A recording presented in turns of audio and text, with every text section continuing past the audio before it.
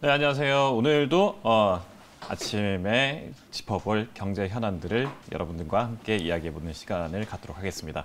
오늘은 김학균 센터장님과 함께 지금 뉴욕 증시가 방금 끝났는데 제롬 파월 FOMC 의장 이야기도 있고 인플레이션 이야기도 있고 굉장히 현안들이 많습니다. 그래서 김학균 센터장님과 함께 긴급 점검을 해보도록 하겠습니다. 어서 오세요. 네, 안녕하십니까? 일단 JP 모건이든 많은 이제 금융기관들이 인플레이션 장기화 가능성을 이야기하고 있고 드디어 이제 그 점도표라든지 FOMC 그 회의 결과 이런 것들 좀 나오는데 금리 인상 이런 이야기들이 사실상 이제 인플레 우려 때문에 나오고 있는데 센터장님, 이거 진짜 인플레가 이제는 자리를 잡는다라고 봐야 될까요? 일단 지금 우리가 보고 있는 미국의 인플레 지표들이 굉장히 높게 나오고 있습니다. 지난 4월 달에 미국의 소비자 물가 지수 상승률이 4.2%, 5월에 5%. 이게 2008년 이후로 가장 높은 수준이니까 대체적으로 인플레이션은 민간에서는 이게 좀 통제하지 못할 인플레이션이 오는 게 아니냐라는 우려를 하는 식이 있고요. 제롬 파월 의장을 비롯한 연방준비제도는 이러다 말 거야. 지금 해보는 물가라고 하는 건 매우 기저효과에 따른 물가 상승이기 때문에 구조적인 인플레이션은 오지 않을 거다라는 식으로 얘기를 했었는데요. 이제 조금씩 이제 파월 의장이나 연방준비제도도 오늘 새벽에 끝난 FOMC를 보면은 연준 의원들이 찍는 언제 금리 올릴 거야라고 하는 일종의 그 점도표죠. 이제 연준 의원들에 대한 설문조사라고 볼 수 있는데 이게 2023년에서 22년으로 앞당겨졌고. 또 파월 의장도 이제 우리가 그 긴축을 하기 전에 금리를 올리기 전에는 지금 미국이 돈을 많이 풀고 있지 않습니까? 푸는 돈의 규모를 줄이는 테이퍼링을 해야 되는데 테이퍼링을 논의하기 시작했다고 얘기를 하고 있기 때문에 전체적으로 이제 인플레이션이 이슈가 되고 있는 거는 맞는 것 같습니다. 다만 이제 앞서 말씀드린 것처럼 지금은 구조적 인플레가 올 거라고 보는 사람들도 그런 주장할 수 있습니다.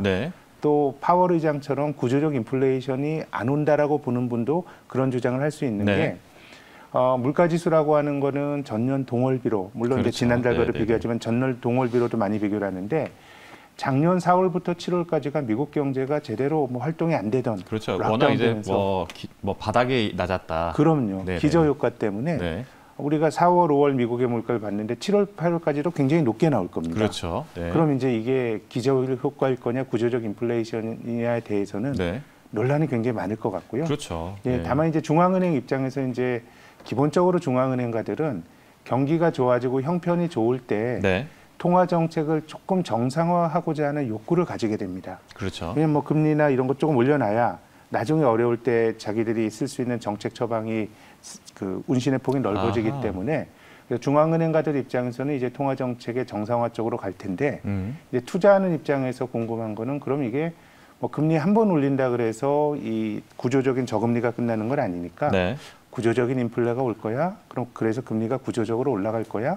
이런 부분에 대해서는 저는 몇 달 동안에는 답이 나오기 어렵고 한 가을 정도나 돼야 가을에도 미국의 물가가 높이 나온다 그러면 이거는 구조적 인플레론자들이 이기는 건데 앞으로는 굉장히 논란이 많을 것 같지만 어느 누구도 권위 있는 의견을 갖기는 좀 힘든 그런 시기인 것 같습니다. 센터장님, 일반 우리 그 투자자분들에게 좀 이해를 돕기 위해서 그 인플레이션이라고 하는 게 원래 보면 이제 그 물가 목표 상승치가 목표치가 있으면 그 목표치보다 이제 올라가는 현상을 보통 인플레이션이라고 하는데 구조적인 인플레이션이다. 이때는 좀 어떤 상황을 구조적인 인플레이션이라고 하나요? 경제 주체들이 물가가 계속 올라갈 거라고 믿는 그런 어떤 기대 심리가 형성이 되는 겁니다. 앞으로 계속 이제 물가 오를 것이다. 1,000원 하는 게 1,100원 되고 1,200원 되고 계속 올라갈 거다라고 하는 게 구조적 인플레이션이고요.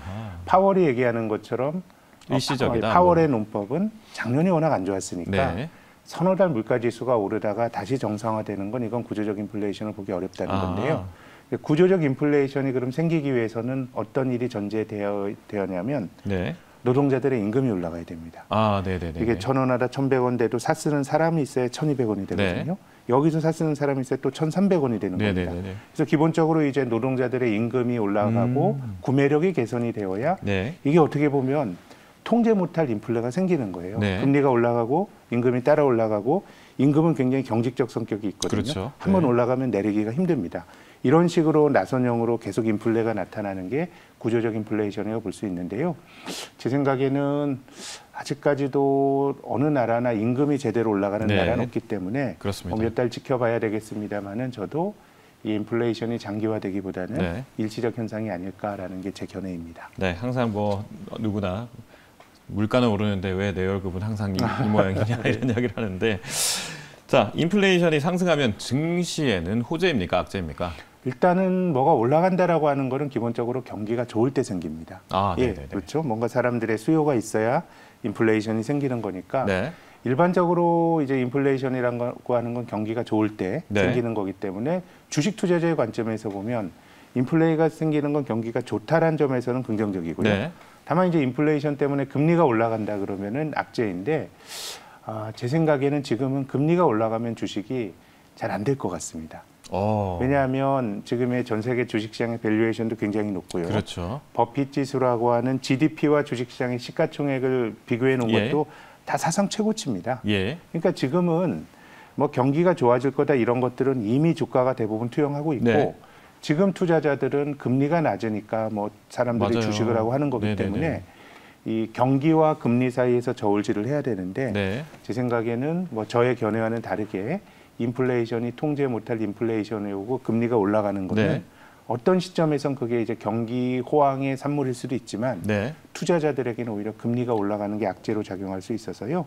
제 생각에는 어쨌든 인플레가 구조화되고 금리가 올라가면 설사 경기 사이클이 좋더라도 투자하는 사람들에게는 굉장히 악재로 작용하는 문제가 지금은 그럼 앞으로 기준금리가 인상한다는 시그널이 나온다고 하면 조금 투자에서는 쉬어가라. 뭐 지금 정도라면 제 생각에는 뭐 한국이 금년 한 4분기쯤에 한국은행이 금리 한번 올릴 거다. 뭐 이런 것들에 대한 기대는 이미 투영이 돼 있는 것 같고요. 근데 중요한 거는 이것이 연속적인 인플레이션과 연속적인 금리 인상으로 갈 거냐 이런 부분들이 중요한데 뭐 제 견해는 일단은 뭐 한국은행 입장에서도 금리 한번 올리고 통화 정책을 어느 정도 정상화해 놓고 또 어떻게 보면 좀 긴 눈치를 보는 그런 상황이 될 것 같고, 이제 중앙은행이 금리를 잘 못 올리는 이유가 우리가 경기 사이클만 보면 뭐 작년보다 경기가 좋아졌으니까 금리 올릴 수 있다고 생각하실 수 있지만 이 부채의 문제가 심각한 것 같습니다.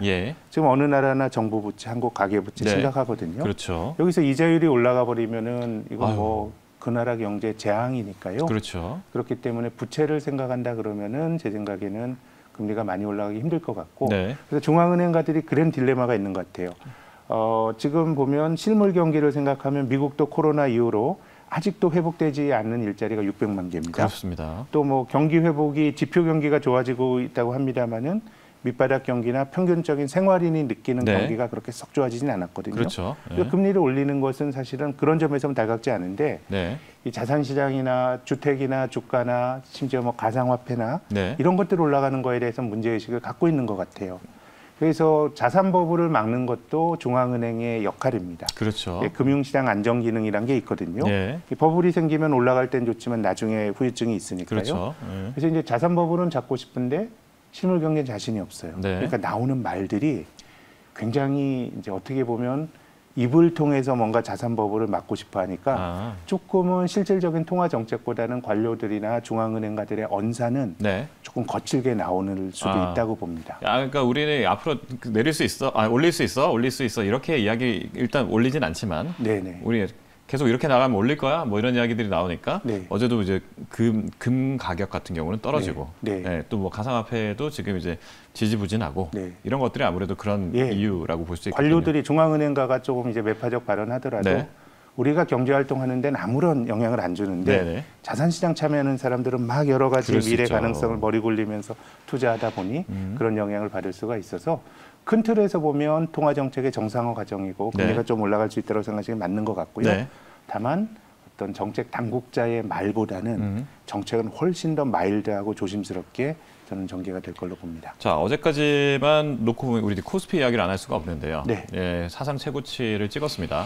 그러니까 뭐 뭐 뉴욕 증시든 뭐 지금 계속해서 그렇게 사상 최고치 이야기가 나오고 있는데, 자 이제 상승장이 그럼에도 불구하고 마지막 이제 불꽃을 태워 올릴 것이냐, 네. 아니면 코스피 예상을 했을 때 여기서 이제 마지막이냐, 뭐 이런 얘기 많이 하는데, 예. 항상 이제 저희 기자들이 이제 센터장님들께 전화를 드리지 않습니까? 예. 뭐 코스피 그러면 얼마까지 오르실 것 같아요? 뭐 이래서 밴드 이야기를 막 하는데, 오늘 직접 나오셨으니까 코스피 지금 이제 하반기로 했을 때 한 얼마 선까지 좀 예상하고 계신지? 저희는 시장이 한 번 더 오를 거라고 보는데, 한 번 더요. 예, 코스피 전망을 신영증권은 하고 있지 않습니다. 네네네. 예, 저희가 뭐 상장된 종목이 한 800개인데 네. 그중에 100개 대형주가 코스피 한 85% 설명하니 이게 뭐 그 안에 개별 종목들의 사연들이 더 중요하다고 생각을 해서 코스피 전망은 안 합니다만은 네. 전체적으로는 앞서 말씀드린 것처럼 지금의 이제 자산 가격이 길게 보면 10년 좋았는데 이게 과연 실물 경제가 전반적으로 좋아져서 그런 건 아닌 것 같고 그렇죠. 다만 경제 내에서 굉장히 기회를 잡아서 약진을 하는 좋은 기업들은 주가가 뭐 장기적으로 10배씩 올랐으니까 그게 투영이 된 건 맞는 것 같은데 그래도 전체적으로 주식시장이 지탱이 됐던 거는 저는 금리가 낮으니까 사람들도 주식시장으로 투자를 하고 이제 자산 가격이 많이 올랐다고 보는데요. 그런 점에서 보면 앞으로 몇 달 동안은 굉장히 울퉁불퉁한 길이 될 것 같아요. 울퉁불퉁하지만 그래도 한 번 정도는 더 오를 가능성이 있다. 궁극적으로는 금리가 올라가기가 구조적으로 높아지긴 힘들고 계속해서 투자자들이 느끼기에 경제활동을 하기에는 굉장히 레벨에서의 저금리는 유지가 될 가능성이 높기 때문에 올라오는 판 자체가 그렇게 바뀔 만한 그런 변화는 저희는 뭐 하반기에도 없을 것 같다라고 봅니다. 자, 이런 상승기에서 그러면 투자자들이 선별적으로 어쩔 수 없이 투자를 해야 되는 상황입니다. 그러면 이제 업종별 어제 이제 그 송영길 그 더불어민주당 당 대표가 어제 국회 연설을 할 때 보니까 그럼에도 불구하고 바이오라든지 삼성 바이오로직스 이런 데는 양질의 일자리 뭐 6천만 원 뭐 연봉 6천만 원 양질의 일자리를 뭐 키웠다 뭐 이런 이야기를 하고 앞으로 이런 걸 더 늘리니까 이쪽 분야에 대해서는 뭐 더 유망하다 뭐 이런 이야기도 막 하고 그랬었지 않습니까? 이런 걸 보면 투자자들 입장에서는 이 어려운 상황이고 뭐 실물 경기가 받쳐주니 안 받쳐주니 이런 논쟁이 있습니다만 그래도 올라갈 섹터는 분명히 있다. 그럼요. 이렇게 할 수 있겠죠. 제 생각에는 뭐 바이오라든가 이런 것들이 성장 산업인 건 맞는 것 같아요. 근데 이제 주식이라고 하는 거는 그런 기대치를 굉장히 앞당겨서 반영하기 때문에요. 지금의 상황과 닷컴 버블을 비교하는 거는 뭐 여러 가지는 적절치 않지만 이 기대감의 주가의 투영이란 과정에서 보면 과거에 이제 닷컴 버블 때 주식을 샀던 사람들은 앞으로 세상이 이제 우리가 손편지 안 쓰고 이메일 보내고 또 뭐 인터넷 쇼핑도 하고 이런 세상을 꿈꾸면서 샀거든요. 근데 그 세상이 열렸습니다. 그렇죠. 근데 주식이라고 하는 건 그 기대를 한꺼번에 투영하다 보니 그 세상이 열렸지만 주식은 굉장히 부침이 컸거든요. 그런 점에서 보면 뭐 확실히 성장의 스토리가 있는 산업군은 있는 것 같은데 그게 장기간 많이 올랐기 때문에 이건 뭐 어느 것이 답이다라고 생각하지는 않지만은 저희처럼 기본적으로 고평가된 주식을 사는 거에 대해서는 조심해야 된다고 생각하는 입장에서는 통신이나 지주회사 같은 회사들이 조금 좋아 보입니다. 통신이 이 통신 비즈니스가 아니고요. 뭔가 이제 지배구조가 개선될 수 있는 포인트가 있는데 저는 전 세계 섹터 중에서 제일 유일하게 저평가된 게 한국의 통신과 지주회사인데 이게 다 기본적으로 지배구조 리스크가 있었기 때문입니다. 근데 최근에 ESG나 작년에 상법 개정안이나 최근에 남양유업의 문제도 이게 대주주가 바뀌자마자 주가가 몇 배 올라갔거든요. 뭐 이런 것들이 전체적으로 그 거버넌스 리스크를 낮추고 있기 때문에 저희는 뭐 지주회사 또 통신도 통신업이라기보단 자회사 지분을 많이 갖고 있는 지주회사의 성격이 있거든요.